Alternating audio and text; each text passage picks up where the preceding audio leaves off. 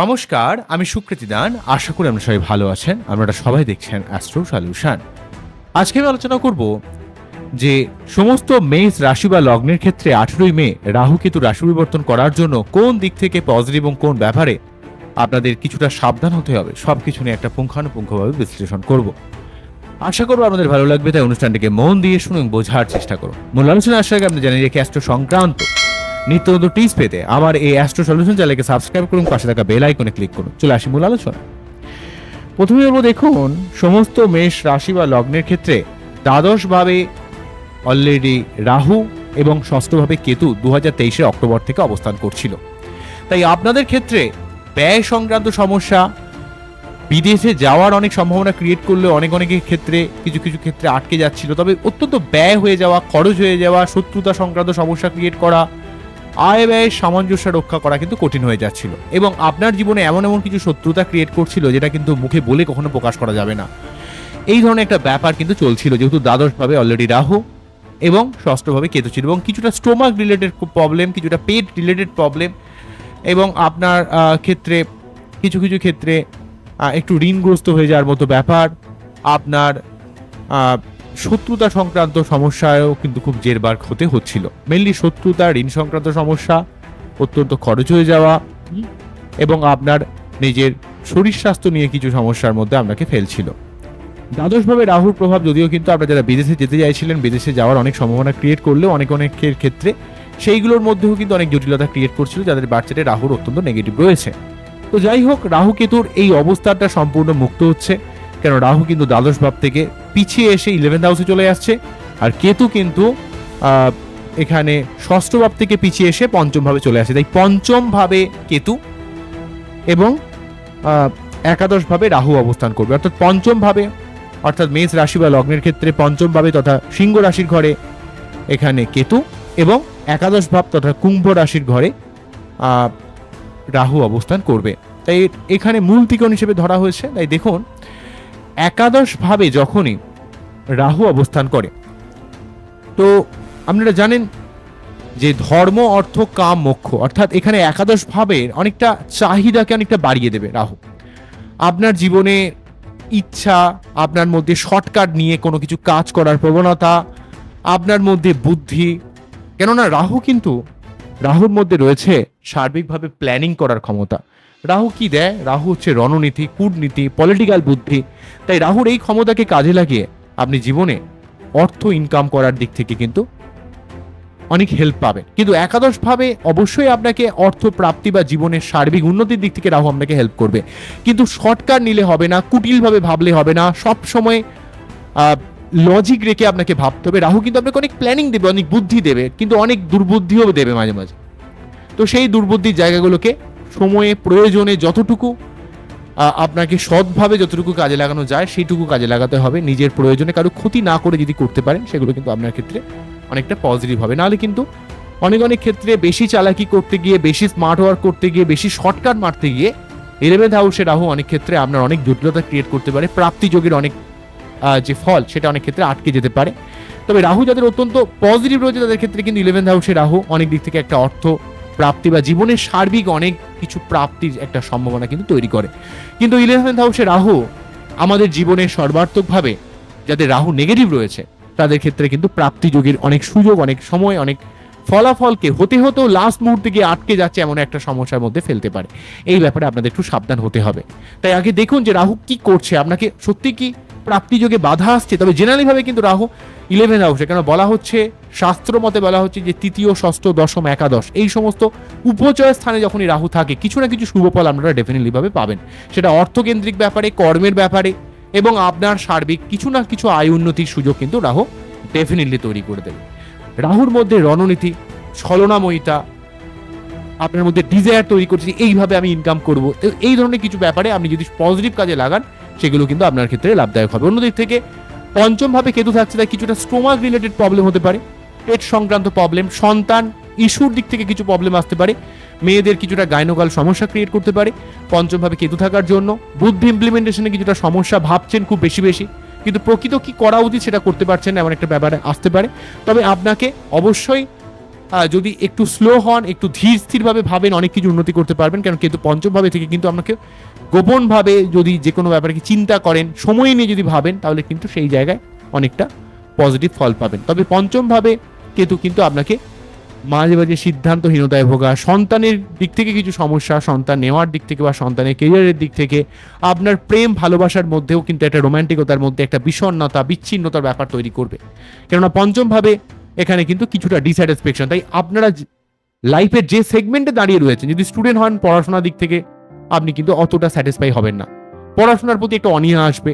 যদি প্রেম করেন, প্রেমের জায়গায় একটা ডিস্যাটিসফ্যাকশন আসবে। যদি অলরেডি বিবাহিত হন, বিবাহিত লাইফে কিন্তু কিছুটা রোমান্টিকতার অভাব ক্রিয়েট করবে। যদি কোনো ব্যবসা কেন্দ্রিক কোনো কাজ করেন, ব্যবসার জায়গায় যতটা গ্রোথ হওয়ার দরকার মনে হবে যেন আপনার ততটা আসছে না। রাহু 11th হাউসে থেকে, কামের ঘরে থেকে, এখানে কাম মানে কি, ধর্ম যদি 9 হয় তাহলে 10 হবে অর্থ, কাম হবে ধর্ম অর্থ কাম মোক্ষ। ধর্ম অর্থ হচ্ছে 10 নম্বর ঘর, তারপরে হচ্ছে কাম মানে হচ্ছে একাদশ ঘর। তো একাদশ ঘরে মানে আপনার লাইফের ডিজায়ারকে তৈরি করে। ধর্ম অর্থ কাম মোক্ষ মানে নবমকে ধর্ম ধরলে, হ্যাঁ, এখানে একাদশ ভাব কিন্তু মানে কাম হয়, অর্থাৎ আপনার চাহিদাকে বোঝায়। সবসময় কাম মানে হচ্ছে সেক্স নয়, এখানে চাহিদাকে ইন্ডিকেট করছে। তো এই চাহিদা কিন্তু আপনাকে রাহু অনেকটা বাড়াবে জীবনে নতুন কিছু করার জন্য।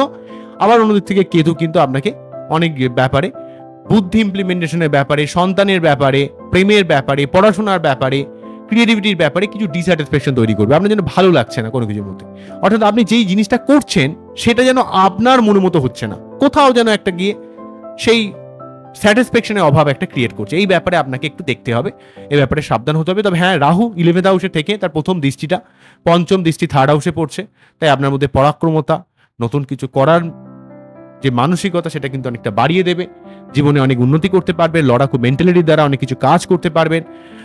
যদিও কিন্তু 3rd হাউসে রাহু মাঝে মাঝে কিন্তু ভাই বোনদের সঙ্গে একটা শত্রুতার ব্যাপার ক্রিয়েট করে আর একটা ভুল বোঝাবুঝির জায়গা তৈরি করে। অত্যন্ত ওভার কনফিডেন্সের জন্য অনেক সময় ভুল সিদ্ধান্ত নিয়ে নেওয়ার একটা ব্যাপার কিন্তু ক্রিয়েট করে। এই ব্যাপারে সাবধান হতে হবে।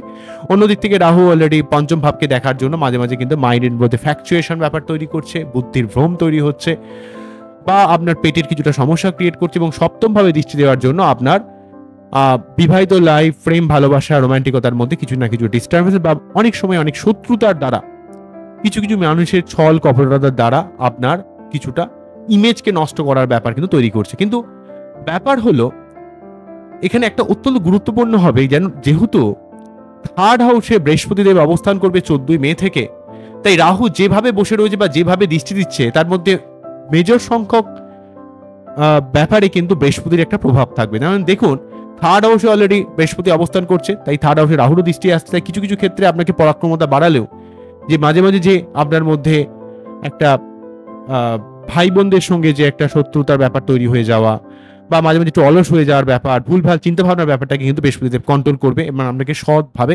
জিনিসটা ইমপ্লিমেন্ট করার চেষ্টা করবে। সপ্তম ভাবে বৃহস্পতিরও দৃষ্টি পড়ছে, আবার রাহুরও দৃষ্টি পড়ছে।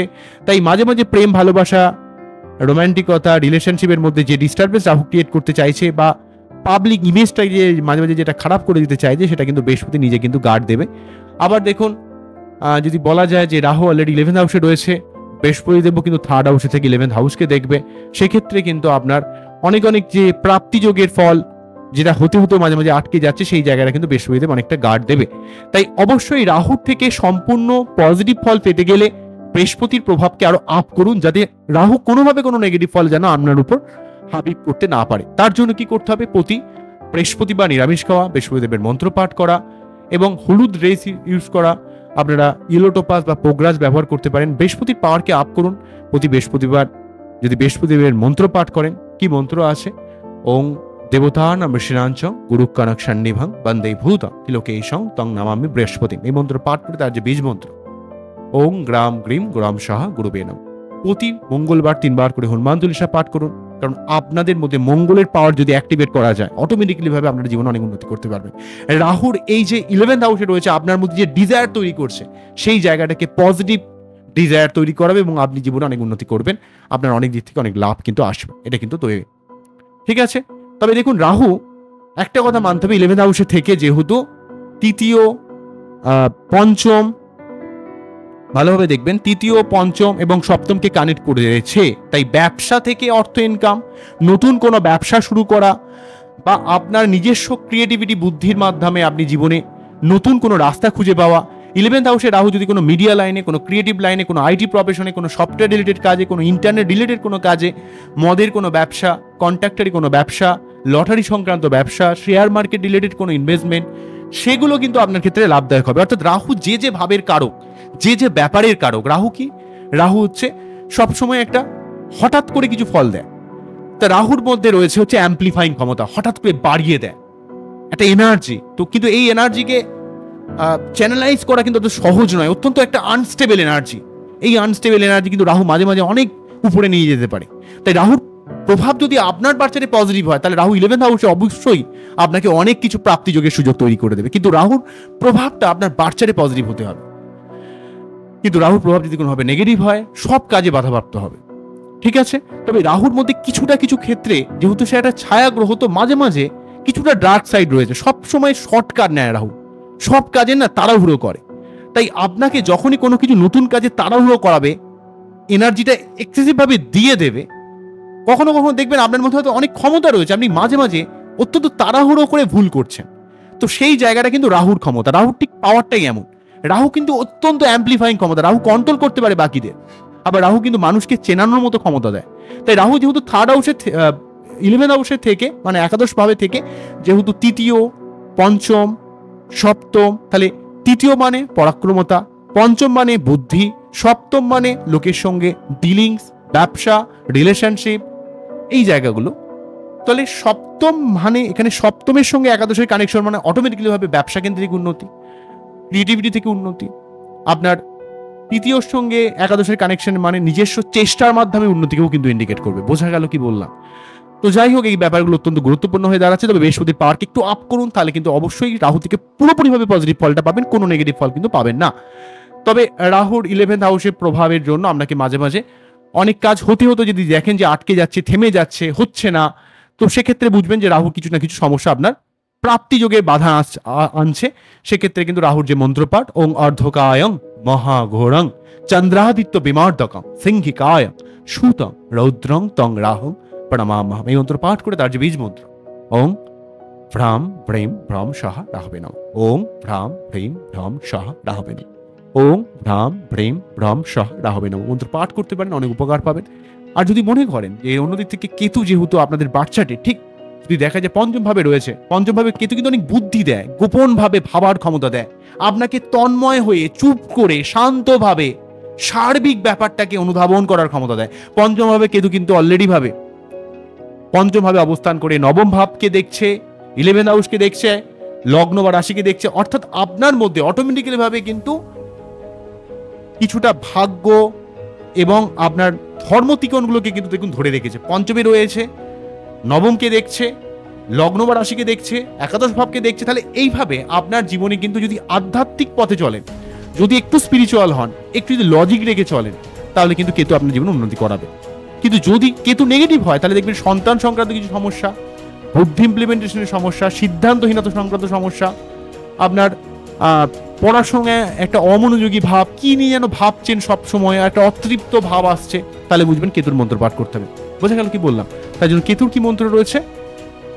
কেতুর মন্ত্র হচ্ছে ওং পলালধূম শঙ্কাশং তারাগ্র বিমর্দকং রৌদ্রং রুদ্রার্তকং ক্রুয়ং তং কেতুং প্রণমাম্যহম, এই মন্ত্র পাঠ করে তার যে বীজ মন্ত্র ওং স্ত্রাম স্ত্রীম শ্রম সহ কেতবে নমঃ। তাহলে পঞ্চম ভাব মানে জানেন বুদ্ধি, প্রেম, ভালোবাসা, পড়াশোনা, ক্রিয়েটিভিটি, এই জায়গাগুলোকে লিড করে, বা বুদ্ধি ইমপ্লিমেন্টেশন, এই জায়গা থেকে যে সমস্যা আসা মানে কেতুর মন্ত্র। আর 11th হাউস মানে হচ্ছে আপনার প্রাপ্তি যোগ, জীবনে যে কোনো প্রাপ্তি, যে কোনো অ্যাচিভমেন্ট, সব কিছুর জায়গাটা কিন্তু আলটিমেটলি এখানে রাহু নির্ধারণ করবে। এখানে রাহু বা কেতু অবস্থান করবে 11th পঞ্চমে 2025-এর 18 মে থেকে 2026-এর 5ই ডিসেম্বর পর্যন্ত।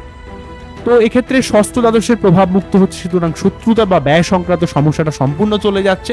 এবং যে যে জায়গাগুলো বললাম এই ব্যাপারে একটু অ্যালার্ট হবেন। তবে বৃহস্পতির পাওয়ারকে একটু অ্যাপ করতে পারেন, প্রতি মঙ্গলবার 3 বার করে হনুমান চল্লিশা পাঠ করতে পারেন। এগুলো করলে সার্বিকভাবে আপনার জীবনে 2025-এ অনেক ভালো ভালো পরিবর্তন নিয়ে আসবে। কেননা 2025 সাল যেহেতু মঙ্গলের বছর, তাই মেষ রাশি বা লগ্নের কিছু না কিছু গঠনমূলক পরিবর্তন, কর্মপ্রাপ্তি, জীবনের সার্বিক বাড়ি করা, গাড়ি কেনা, কিছু না কিছু পরিবর্তন আপনার জীবনে ডেফিনেটলি ভাবে কিন্তু হবে। তবে রাহু কেতু একটা পরিবর্তনের গ্রহ, ট্রান্সফরমেশনের প্ল্যানেট, একটা নতুনভাবে ভাবা, আউটসাইড অফ দ্য বক্স ভাবা, আপনাকে নতুনভাবে ভাবতে হবে, নতুনভাবে প্ল্যানিং করতে হবে, তাহলে দেখবেন রাহু কেতু থেকে সম্পূর্ণভাবে একটা পজিটিভ ফল পাবেন। তো এটা এই বৃহস্পতির মতো স্টেবল প্ল্যানেট নয়, এরা সব সময় আপনাকে না মানে নতুন চাল চালতে হবে, তবেই কিন্তু কিছু করতে পারবেন, কেননা এর মধ্যে সবসময় নতুনত্ব রয়েছে। রাহু কখনোই কিন্তু ওই ছা পোষা গতানুগতিকতাকে মানে মেনে চলতে পারে না, সবসময় নতুনত্বকে চায়। দেখবেন যারা জীবনে নতুনত্ব কিছু করেন, তারা নতুন কিছু করেন, নতুন কিছু অ্যাচিভ করেন, তারা জীবনে অনেক উন্নতি করেন। ওই একভাবে চলছেন তেমন নয়, কারণ সমাজটাই হয়ে গেছে নতুনত্বের উপর। ঠিক আছে, ইউটিউবে প্ল্যাটফর্ম দেওয়া রয়েছে, সোশ্যাল মিডিয়ায় প্ল্যাটফর্ম রয়েছে, আপনি আপনার নিজের ক্ষমতা দেখাবেন, আপনি আপনার নিজের ক্রিয়েটিভিটি দেখাবেন, উন্নতি করে এগিয়ে যাবেন। তো এটা একটা ব্যাপার, অর্থাৎ আগে কিন্তু এটা ছিল না, মানুষের ওপেনিং অনেক কম ছিল, মানুষের যেমন সুযোগ অনেক এসছে, কম্পিটিশন অনেক বেড়েছে, আবার অনেক মানুষ অনেক উন্নতিও করছে, অনেক বিভিন্নভাবে বিভিন্ন স্ক্যামে হয়তো তার টাকাও নষ্ট হয়ে যাচ্ছে। সুতরাং আপনি কিভাবে জিনিসটাকে, পাওয়ারটাকে কাজে লাগাবেন, সেটা কিন্তু আপনার উপর নির্ভর করছে, এবং রাহুর পাওয়ারের উপর অনেকটা নির্ভর করছে। বোঝা গেল কি বললাম? তো কিছুটা তো বোঝা গেলই আমি যে একটা বলছি। তো আমার এই টোটাল অনুষ্ঠানটি আপনাদের মনকে কতটা ছুঁতে পারলো অবশ্যই আমাকে জানাবেন। আপনারা খুব ভালো থাকুন, অ্যাস্ট্রোলজি দেখে থাকুন। নমস্কার, থ্যাংক ইউ।